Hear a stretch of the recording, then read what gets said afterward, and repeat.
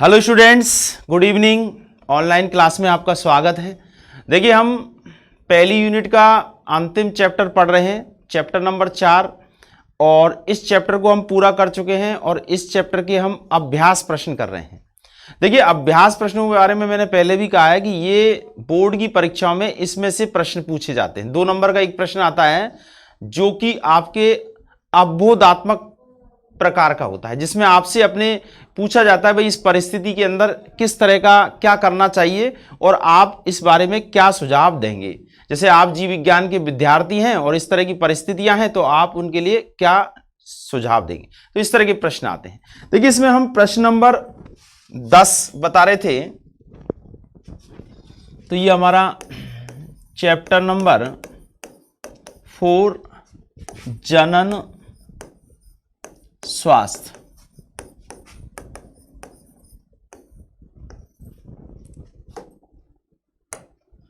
इसमें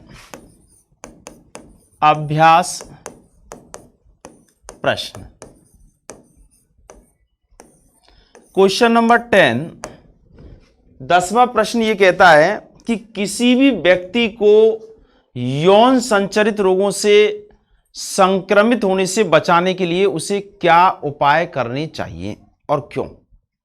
देखिए, इसमें सिंपल प्रश्न है कि अगर यौन संचरित रोग जो हैं एक व्यक्ति से दूसरे व्यक्ति में यौन क्रियाओं के माध्यम से संक्रमित होते हैं, संचरित होते हैं, तो अगर व्यक्ति एक से अधिक व्यक्तियों के साथ यौन संबंध स्थापित करता है और वो भी असुरक्षित यौन संबंध स्थापित करता है, तो निश्चित रूप से यौन संचरित रोग एक व्यक्ति से दूसरे व्यक्ति में हो जाते हैं।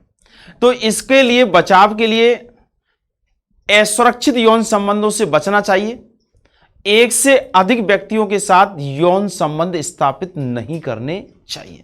तो इस तरह से अगर हम ध्यान रखेंगे, उपाय करेंगे, तो निश्चित रूप से इस तरह के रोगों से हम अपना बचाव कर पाएंगे। अगला जो प्रश्न है, प्रश्न नंबर 11।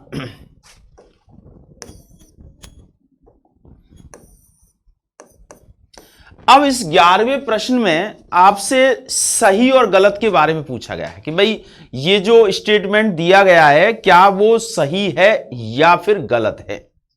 इस तरह के स्टेटमेंट आजकल नीट में भी पूछे जाते हैं। 8-10 स्टेटमेंट आपको दे दिए जाते हैं, तो उनमें से आपसे पूछा जाता है कि इनमें से कौन कौन से सही हैं और कौन कौन से गलत हैं। अब देखिए, पहला स्टेटमेंट है कि गर्भपात स्वतः हो सकता है। गर्भपात स्वतः हो सकता है।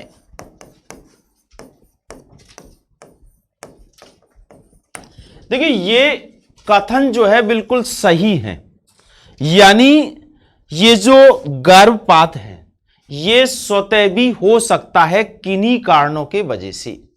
तो ऐसा नहीं है कि ये केवल स्वेच्छा से जब करवाया जाता है, यानी एमटीपी के रूप में किया जाता है तभी होता है। कई ऐसे कारण होते हैं, जैसे यूट्रस के अंदर जो अंतरारोपण की जो क्रिया होती है, इम्प्लांटेशन की जो क्रिया होती है, वो ठीक प्रकार से नहीं हो पाती है।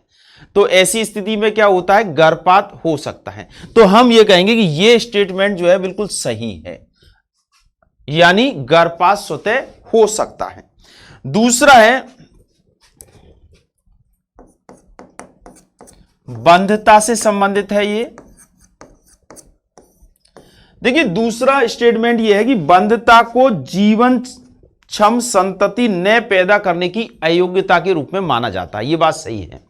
यानी बंधता की परिभाषा यही है कि अगर कोई दंपत्ति संतान की उत्पत्ति करना चाहते हैं और संतान की उत्पत्ति नहीं हो पा रही है, ऐसे बंधता है। लेकिन इसमें आगे लिखा है कि इस बंधता के लिए सदैव स्त्रियों को दोषारोपित किया जाता है। क्या ये बात सही है या गलत है? तो आप कह सकते हैं कि ये बात गलत है। क्यों? क्योंकि इस बंधता के लिए कई कारण हो सकते हैं। शारीरिक कारण हो सकते हैं, आनुवंशिक कारण हो सकते हैं, इसके अलावा कोई रोग की स्थिति हो सकती है। तो कई कारण हो सकते हैं, और इसमें भी केवल स्त्रियों को दोषारोपित करना ये बिल्कुल ठीक नहीं है, क्योंकि बंधता के लिए पुरुष और स्त्री दोनों ही उत्तरदायी हो सकते हैं। तो इसलिए यहां ये स्टेटमेंट में दिया गया है कि क्या स्त्रियों को ही इस चीज के लिए दोषारोपित करना या यूं कहें कि एक प्रकार से दोष देना यह सही नहीं है। इसके लिए दोनों ही उत्तरदायी हो सकते हैं। तो ये जो स्टेटमेंट है वो गलत है, यानी स्टेटमेंट सही नहीं है। ठीक है। अब तीसरा है, एक प्राकृतिक गर्भ निरोधक की प्राकृतिक गर्भ निरोधक से संबंधित स्टेटमेंट है। इसमें पूछा गया कि एक प्राकृतिक गर्भ निरोधक उपाय के रूप में शिशु को पूर्ण रूप से स्तनपान सहायक होता है। अर्थात देखिए, ये स्तनपान अनातव्य, ये एक प्राकृतिक विधि है। और इस प्राकृतिक विधि में क्या होता है कि कोई भी माता अपने नवजात शिशु को केवल अपना ही स्तनपान कराती है। तो ऐसी स्थिति में उसके अंदर प्रोजेस्टेरोन हार्मोन की मात्रा अधिक बनी रहती है। और जब प्रोजेस्टेरोन हार्मोन की मात्रा अधिक बनी रहती है तो ऐसी स्थिति में आर्तव चक्र प्रारंभ नहीं होता है। और जब आर्तव चक्र प्रारंभ नहीं होता है तो अंडाणु का निर्माण भी नहीं होता है। तो ऐसी स्थिति में यह एक प्रकार से नेचुरल यानी प्राकृतिक विधि है, जिसमें किसी भी प्रकार की कोई औषधि या कोई साधन का प्रयोग किए बिना ही संतानों की उत्पत्ति को रोका जा सकता है। तो यह सही है कि प्राकृतिक गर्भ निरोधन जो है वो स्तनपान अनावर्तन के रूप में हो सकता है। और ये जो विधि है वो अधिकतम 6 माह की अवधि के लिए ही कारगर होती है। 6 माह से अधिक की जो अवधि होती है उसमें यह विधि जो है असफल होने की संभावना बहुत ज्यादा होती है। अगला है चौथा है जनन स्वास्थ्य।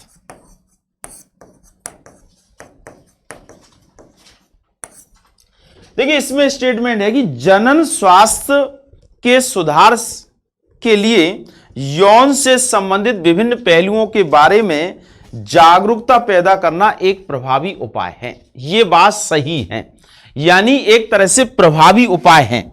जनन स्वास्थ्य के प्रति जागरूकता,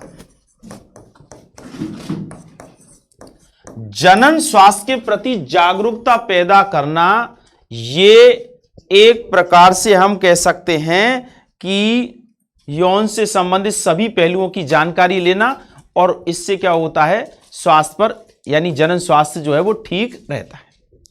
अगला जो है क्वेश्चन नंबर 12, ये क्वेश्चन नंबर 11 था, अब हम पढ़ रहे हैं 12वां प्रश्न। क्वेश्चन नंबर 12, इसमें देखिए इस कथनों को सही करें। इस तरह का प्रश्न है, कथनों को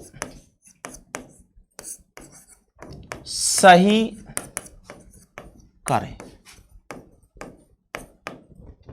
इस तरह का। अब इसमें देखिए पहला कथन है कि गर्भ निरोध के शल्य क्रियात्मक उपाय युग्मक बनने को रोकना है। यह गलत है। यानी शल्य क्रिया में शुक्राणुओं यानी युग्मकों के बनने की क्रिया, यानी शल्य क्रियात्मक उपाय में युग्मक बनने को रोका नहीं जाता है। युग्मकों का निर्माण तो होता है, लेकिन इन युग्मकों को आपस में मिलने से रोका जाता है। तो जब ऐसी स्थिति में क्या होगा, शल्य क्रिया के द्वारा जैसे शुक्र वाहिनी है या अंड वाहिनी है, उसे बीच में से काट करके और उसे मोड़ करके बांध दिया जाता है। तो ऐसी स्थिति में शुक्राणु और अंडाणु जो है वो आपस में मिल नहीं पाते हैं, और मिल नहीं पाते हैं तो ऐसी स्थिति में क्या नहीं हो पाता, निषेचन की जो क्रिया है वो नहीं हो पाती है। तो एक प्रकार से ये जो है युग्मकों के निर्माण को नहीं रोकता है। पहला है शल्य क्रिया, शल्य क्रिया युग्मकों के निर्माण को नहीं रोकती है।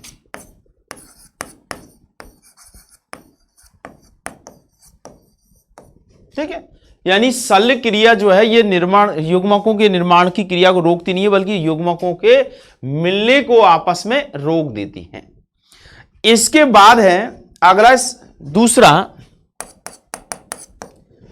सभी प्रकार के यौन संचरित रोग पूरी तरह से उपचार योग्य हैं, ऐसा नहीं है।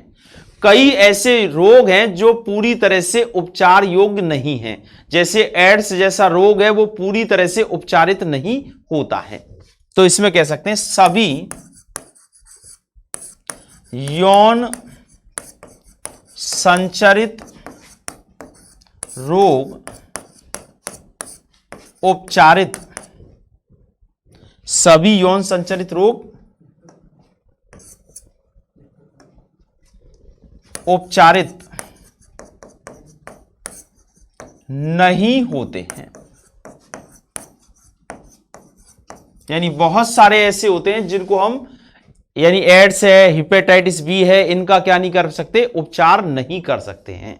यानी ये रोग ऐसे हैं जो एक बार होने के बाद इनको एक तरह से इनका प्रभाव बढ़ता जाता है। केवल इन रोगों को आप क्या है, होने से रोक सकते हैं, यानी इन रोगों को उत्पन्न हो उससे पहले ही क्या कर सकते हैं, आप इसको रोक सकते हैं।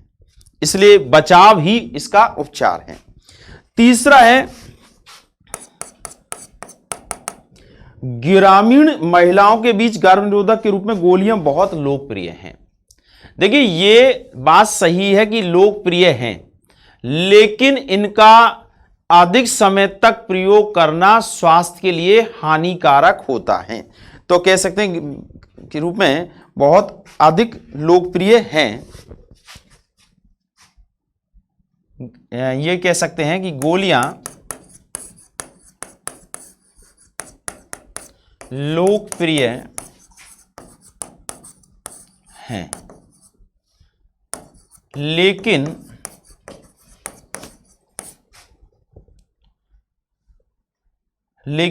इनका अधिक समय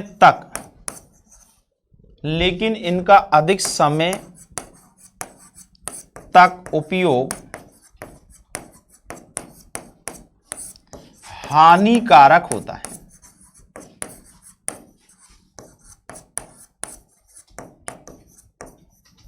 ठीक है, अब इसके बाद चौथा है ईटी। ईटी का मतलब होता है एम्ब्रियोनिक टेक्नोलॉजी, तकनीकों में भ्रूण को सदैव गर्भाशय में स्थानांतरित किया जाता है, ऐसा नहीं है। देखिए भ्रूण की जो प्रारंभिक अवस्था है उसको तो हम गर्भाशय में स्थापित करते हैं, लेकिन अगर मान लीजिएगा ये शुरुआती युग्मनज अवस्था में है तो उसे तो फैलोपियन ट्यूब के अंदर ही स्थापित किया जाता है। तो इसमें पूछा गया ईटी तकनीकों में भ्रूण को सदैव गर्भाशय में स्थानांतरित किया जाता है। ईटी तकनीक में भ्रूण को सदैव गर्भाशय में स्थानांतरित नहीं किया जाता है। ठीक है, तो इस तरह से देखिए ये जो है आपका चौथा चैप्टर पूरा हो गया है। और इसके जो अभ्यास प्रश्न हैं, क्योंकि आपसे मैंने पहले ही कहा इस तरह के प्रश्न परीक्षाओं में पूछे जाते हैं, तो आपको इन प्रश्नों की किताब में आपको डायरेक्ट पढ़ेंगे तो उस समय नहीं, आपको खुद को सोच करके इसके जवाब लिखने होते हैं। तो इस तरह से ये चैप्टर पूरा हो गया है और हमारी पहली यूनिट कंप्लीट हो चुकी है। अब हम कल से यानी सोमवार से आपके लिए सेकेंड यूनिट चालू करेंगे जो कि जेनेटिक्स की है, जो कि सबसे ज्यादा नंबरों की यूनिट है। इसमें 5वां चैप्टर 5 नंबर का है, 6ठा चैप्टर 6 नंबर का है और 7वां चैप्टर 3 नंबर का है। यानी सबसे ज्यादा नंबरों की यूनिट जो है वो यही है। ठीक है, तो आज के लिए इतना ही। और आप घर रहते हुए अच्छे से पढ़ाई कीजिएगा, किसी भी प्रकार की कोई समस्या है तो आप हमसे पूछेगा और समय समय पर टेस्ट जो है रेगुलर देते रहिएगा। ठीक है, तो आपका पहली यूनिट कंप्लीट हो चुकी है और आप इसको अच्छी तरह से और देख लीजिएगा। कहीं कोई समस्या है तो आप हमसे कांटेक्ट करिए। ठीक है, तो आज के लिए इतना ही। ओके,